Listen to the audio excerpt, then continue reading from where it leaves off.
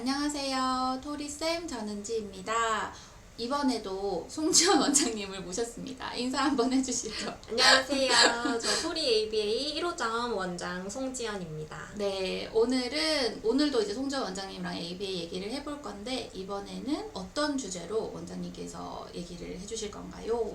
이번 주제는 느린 아이들을 키우는 부모님들을 위한 영상일 수도 있고, 아이가 발달이 느리지 않아도 아기를 좀 공부시킬 때 집중시키고 싶은데 집중을 너무 안 한다, 이렇게 고민하시는 분들이 보시면 좋을 것 같아요. 집중해야 되는 어떤 과제나 활동을 할 때 네. 아이가 집중력이 떨어지는 것 같다. 그러면 어디에 좀 집중을 해야 되느냐, 네. 포커스를 둬야 되느냐, 이 얘기 말씀하시는 거죠. 네. 알겠습니다. 한번 들어볼게요. 어떻게 하면 될까요? 일단 집중을 못한다. 그러면 첫 번째로 공간을 확인을 해주셔야 돼요. 그러니까 환경이죠. 그래서 공간이 아이가 집중을 할 만한 공간인지 한번 체크를 해주셔야 되는데요. 아이 공부하는 방을 보면 책상도 있고 옆에 놀이 영역이라고 하죠. 그러니까 놀잇감들이 막 있는 놀이장 같은 것도 있고 장난감도 막 널브러져 있고, 맞아요. 밖에 창문도 그냥 활짝 열려져 있는, 커튼 쳐져 있지 않고 이런 경우들이 있거든요. 근데 그런 게 다 아이가 공부할 때 방해 요소가 돼요. 그래서 일단은 놀이 영역은, 그러니까 놀이 매트랑 놀잇감장 이런 거는 아이가 앉은 뒤쪽에다가 배치를 해주셔야 돼요. 그래서 아이가 시선이 닿는 곳에는 무언가 집중을 떨어뜨릴 만한 요소를 없애주셔야 돼요. 네. 저도 홈티 다닐 때 애들 방에 들어가 보면 진짜 깜짝 놀랄 적이 많았어요. 사면이 다 장난감 장인 경우 정말 많거든요. 맞아요. 한쪽은 책장, 한쪽은 장난감, 바닥에 매트 위에는 다 장난감 쏟아져 있고, 그런 데선 저는 아예 진행할 수 없다고 말씀드리기도 했었어요. 그래서 아이 방 4면이 있으면 한 면 정도만 장난감으로 채워주시고 다른 면은 다 깨끗하게 다 비워 놓으셔라. 그래야 아이들 집중할 수 있다. 이렇게 얘기 드렸었는데, 그거랑도 비슷한 얘기 해주시는 것 같아요. 네, 맞아요. 그리고 그런 공간적인 것뿐만 아니라 이 책상 위에도 아이가 좋아하는 게 책상 위에 올려져 있으면 저걸 보느라 또 집중을 못해요. 그래서 책상 위에는 아이가 지금 집중해야 되는 그 과제만 딱 올려주시는 게 좋습니다. 책상 위를 깨끗하게. 네. 또 이제 두 번째로 난이도 문제가 있어요. 그러니까 아이가 집중을 못하는 이유는 여러 가지가 있는데, 이제 공간적인 게 다 준비가 됐는데 왜 공부만 시작하면은 또 집중을 못할까? 요거를 생각해 주셔야 되는데, 이때 난이도가 너무 어려운진 않은지 요걸 한번 확인을 해주시면 좋아요. 네, 전반적인 난이도를 확 낮추는 것도 나쁘진 않은 방법인데, 이제 제가 경험했을 때 좀 더 좋은 방법은 처음에 좀 아이가 잘 할 수 있는 쉬운 난이도의 과제를 하나 또는 2개 정도 준비를 하고, 직후에 조금 난이도 있는 과제를 한 3번째에 배치를 하는 거죠.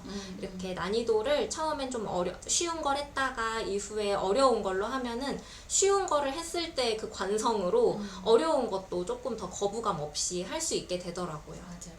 ABA 원리도 똑같은 것 같아요. 막 언어 모방 같은 거 되게 어려워할 때 이제 쉬운 율동 모방이나 신체 동작 모방을 하다가 또 뒤에 어려운 언어 모방, 구강 동작 모방 같은 거 시키기도 하거든요. 근데 수학 같은 거 할 때도 똑같죠? 다 똑같죠. 네, 그냥 비슷하게 엄청 그냥 쉬운 개념 문제 좀 하다가 이후에 좀 어려운 문제, 서술형 문제로 가면 그래도 비교적 거부감 없이 하는 것 같아요. 네네. 그리고 이제 3번째는 그런 난이도에도 이제 문제가 없는데 아이가 또 여전히 집중을 못하는 것 같다 할 때는 과제를 좀 다양하게 제시를 해주시는 게 좋아요. 이건 아이들마다 좀 다른데, 어떤 아이는 한 과제를 한 10번까지 해도 잘 집중을 하는 아이가 있는 반면, 어떤 아이는 한 4번, 5번 하면은 그 과제를 실증내고 재미없어 하는 경우가 있거든요.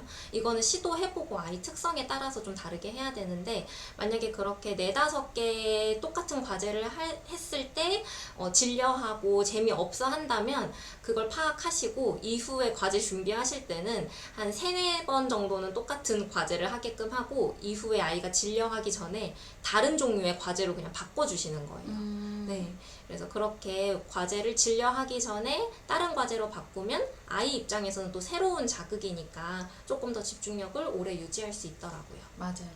여러 가지 과제를 미리 준비해 놓는 거 되게 중요한 것 같아요.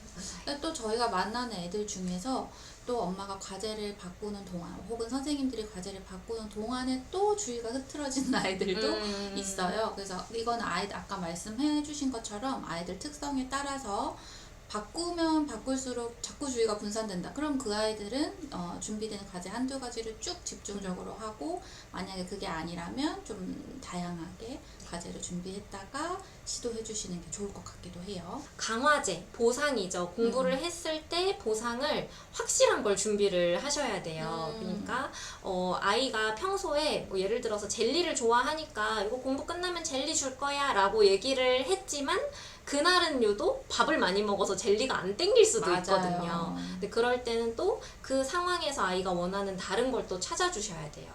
그리고 또 종류도 다양하게 강화제를 준비해 주시는 게 좋아요. 그러니까 뭐 어떤 날에는 멜로디북만 쭉 갖고 놀아도 집중을 잘 했었는데 또 어떤 날은 멜로디북이 질릴 수도 있잖아요. 그걸 대비해서 미리 아이가 좋아하는 보상으로 줄 강화제를 좀 종류를 다양하게 준비해 주시는 게 좋습니다. 맞아요. 뭐 그게 활동이 될 수도 있고 먹는 게 될 수도 있고, 그리고 사실은 뭐 강화제 없이 공부 자체를 집중하는 것 자체를 좋아하면 너무 좋은데, 지금 집중을 잘 못하는 아이들에 대해서 얘기를 하는 거니까 먹는 게 될 수도 있고 또 장난감이 될 수도 있고, 또 요새는 보면 어떤 공간이 되는 것 같기도 해요. 뭐 엘리베이터를 좋아하는 친구들은 과제하고 엘리베이터도 가기도 하고, 그리고 어떤 활동을, 이 과제를 끝나고 어떤 활동을 할 건데 이걸 또 까먹는 친구들도 있을 수 있잖아요. 엄마는 주려고 했는데 혹은 선생님은 주려고 했는데 아이는 그 만족 지연이 잘 안 돼서, 그런 경우에는 뭐 사진 같은 거 미리 붙여놓고 우리 이거 하러 갈 거다 라고 말해주면서 과제할 수도 있고, 그리고 또 뭐 토큰 같은 거, 너무 긴 과정이긴 하지만 토큰 같은 거 활용하는 것도 좋을 것 같아요. 네. 그러면은 여기까지 4가지 송지연 원장님께서 말씀을 해주셨어요. 그래서 다시 한번 보시고 하나하나 잘 챙기고 있는지 확인하시면 좋을 것 같습니다. 그럼 여기까지 할게요. 감사합니다. 감사합니다.